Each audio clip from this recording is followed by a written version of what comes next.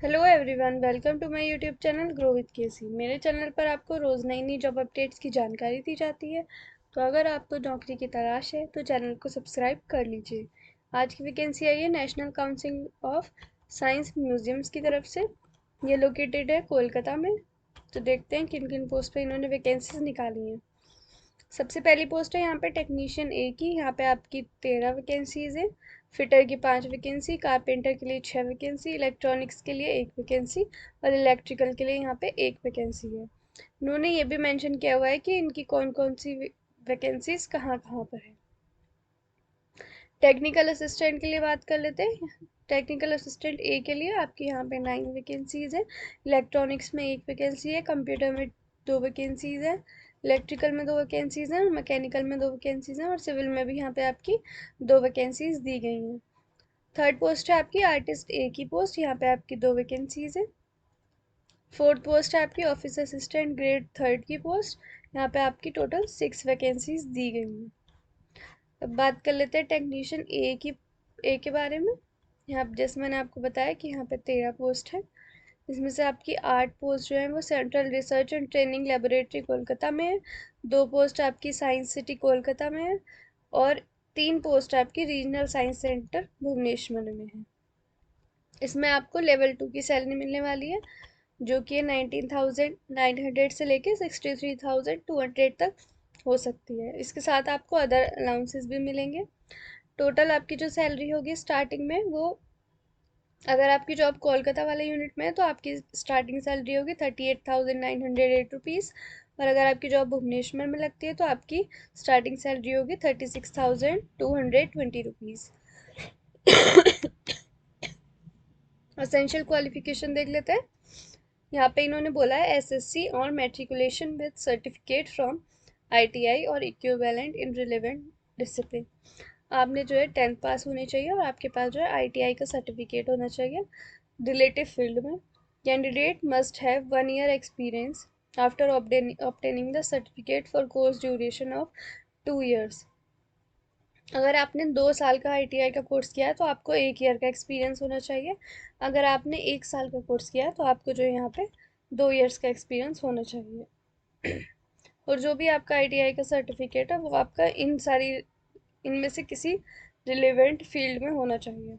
इसमें आपकी age limit, maximum age limit गई है 35 years और मिनिमम है 18 years। अगर आपकी एज 18 years से लेकर 35 years तक है तो आप इसके लिए अप्लाई कर सकते हैं।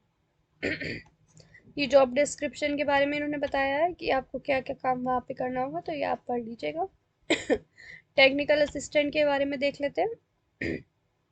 यहाँ पे इन्होंने बताया है कि कहाँ कहाँ पे आपकी कितनी पोस्ट है, ये आप देख लीजिएगा।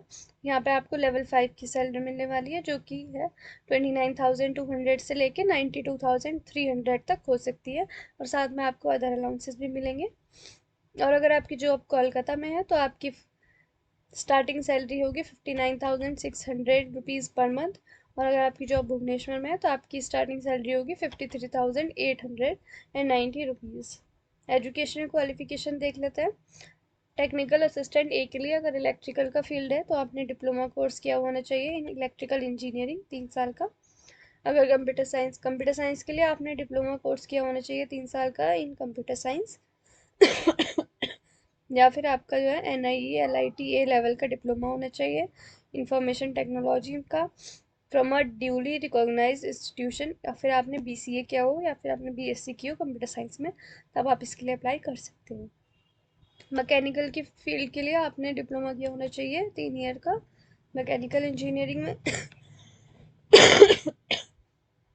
सिविल के लिए आपने डिप्लोमा किया होना चाहिए 3 years का सिविल इंजीनियरिंग में। इलेक्ट्रॉनिक्स के लिए आपने इलेक्ट्रॉनिक्स इंजीनियरिंग में यहाँ पे 3 years का डिप्लोमा किया हुआ होना चाहिए। यहाँ पे भी आपकी मैक्सिमम एज लिमिट 35 years है।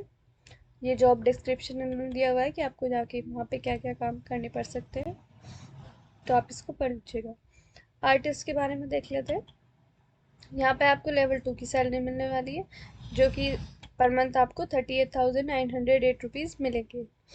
असेंशियल क्वालिफिकेशन के बारे में देख लेते हैं। यहाँ पे आपके पास डिप्लोमा या सर्टिफिकेट होना चाहिए इन फाइन आर्ट या फिर commercial art of at least 2 years after SLC। Candidates must have 1 year experience होना चाहिए आपके पास सर्टिफिकेट या फिर डिप्लोमा करने के बाद। अगर आपका 2 ईयर का कोर्स आपने किया है, डिप्लोमा किया है, तो आपके पास 1 ईयर का एक्सपीरियंस होना चाहिए। अगर आपने 1 ईयर का कोर्स किया है तो आपके पास 2 ईयर का एक्सपीरियंस होना चाहिए। और अगर आपके पास फाइबर ग्लास आर्ट में एक्सपीरियंस है तो बहुत ही अच्छी बात है, तो आपको यहाँ पे प्रेफरेंस भी दी जाएगी। एज लिमिट यहाँ पे भी आपकी मैक्सिमम 35 ईयर्स है। ये जॉब डिस्क्रिप्शन है, आपको वहाँ पे क्या क्या करना पड़ सकता है इसको आप पढ़ लीजिएगा। ऑफिस असिस्टेंट ग्रेड 3 के बारे में बात करते हैं। इन्होंने बताया है कि कौन सी यूनिट में कितनी पोस्ट है। यहाँ पे आपको लेवल 2 की सैलरी मिलने वाली है। एसेंशियल क्वालिफिकेशन है यहाँ पे हायर सेकेंडरी और इट्स इक्विवेलेंट, यानी कि अपनी 12th क्या होना चाहिए। The candidates must qualifying in typing test of 10 minutes. यहाँ पे आपका 10 मिनट्स का टाइपिंग टेस्ट भी होगा। अगर आप इंग्लिश में देंगे तो 35 वर्ड पर मिनट की स्पीड होनी चाहिए आपकी, और हिंदी में देंगे तो 30 वर्ड पर मिनट की आपकी स्पीड यहाँ पे होनी चाहिए। तो आपके पास जो है टाइपिंग सर्टिफिकेट भी होना चाहिए from a government recognise institution. अगर आपके पास टाइपिंग सर्टिफिकेट नहीं है तो अभी भी टाइम है, आप जाके कहीं भी टाइपिंग सीख सकते हैं, लेकिन वो इंस्टीट्यूशन जो है गवर्नमेंट रिकॉग्नाइज्ड होना चाहिए और वहाँ से सर्टिफिकेट ले सकते हैं। इन्होंने यहाँ पे ये लिखा है कि अगर आपके पास सर्टिफिकेट नहीं है तो आप इस पोस्ट के लिए अप्लाई नहीं कर सकते। एज लिमिट यहाँ पे आपकी 25 ईयर्स दी है। अगर आपने 25 ईयर्स से ज़्यादा आपकी एज है तो आप इसके लिए अप्लाई नहीं कर सकते। ये दिया हुआ है इन्होंने जॉब डिस्क्रिप्शन। अब और देख लेते हैं। कॉल लेटर या फिर आपकी जो एडमिट कार्ड है against valid application will be send to the candidates at their email ID. आपके जो एडमिट कार्ड है वो आपको आपके ईमेल आईडी पे दिए जाएंगे, तो आप अपने फॉर्म में ऐसी ईमेल आईडी भरना जो आप टाइम टू टाइम चेक करते रहें और हमेशा एक्टिव रहें। अप्लाई का देख लेते हैं कैसे अप्लाई करना है। Application are required to be submitted in online mode only with self attested scanned copies of all certificate, testimonials, relevant documents in JPEG format by clicking at the official web link। ये इन्होंने link दिया हुआ है, आपको इस link के ऊपर जाना है और वहाँ पे जाके आपको अपना एप्लीकेशन फॉर्म फिल कर देना है। इसका लिंक मैं आपको डिस्क्रिप्शन में दे दूँगी और इस नोटिफिकेशन PDF का लिंक भी मैं आपको डिस्क्रिप्शन में दे दूँगी, वहाँ से आप इसको अप्लाई कर सकते हैं। और आपको जो है एप्लीकेशन में जो है अपने डॉक्यूमेंट्स, सारे सर्टिफिकेट्स जो भी वो मांगेंगे सारे आपको JPG फॉर्मेट में अपलोड करने हैं और स्कैन करके अपलोड करने हैं। और आपको सारे डॉक्यूमेंट्स के ऊपर आप अपने पेंसिल से साइन कर लीजिएगा, उसके बाद उनकी फ़ोटो खींचिएगा, स्कैन कीजिएगा, तब आप उनको अपलोड करिएगा। एप्लीकेशन फ़ीस की बात कर लेते हैं। यहाँ पे आपकी 885 रुपीज़ फ़ीस है एक पोस्ट के लिए।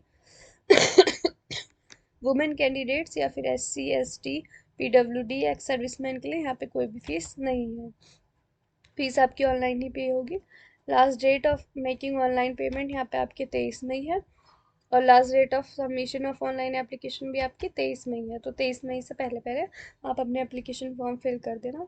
इसमें एग्ज़ाम के बारे में कुछ नहीं बताया गया है कि आपका एग्ज़ाम होगा या क्या होगा, लेकिन ये जनरली एक एग्ज़ाम कंडक्ट कराते हैं, एक ही एग्ज़ाम कंडक्ट कराते हैं, उसमें आपके MCQ बेस्ड क्वेश्चन आते हैं, तो आपको वही करना होता है। और सिलेबस वही रहता है जो सारे गवर्नमेंट एग्ज़ाम्स का रहता है, रीजनिंग, मैथ्स, इंग्लिश वगैरह, GS, तो यही सब आपसे पूछा जाएगा। और जिस फील्ड में मैंने आपको टाइपिंग के बारे में बताया था उसमें आपका टाइपिंग टेस्ट भी होगा।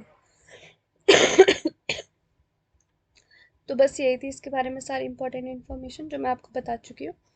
बाकी आप नोटिफिकेशन PDF डाउनलोड कर लीजिएगा मेरे डिस्क्रिप्शन बॉक्स के लिंक से और इसको अच्छे से पढ़ लीजिएगा। और अगर आपको मेरी वीडियोस अच्छी लगती हैं तो मेरे वीडियो को लाइक भी कर दीजिएगा और चैनल को सब्सक्राइब कर लीजिएगा।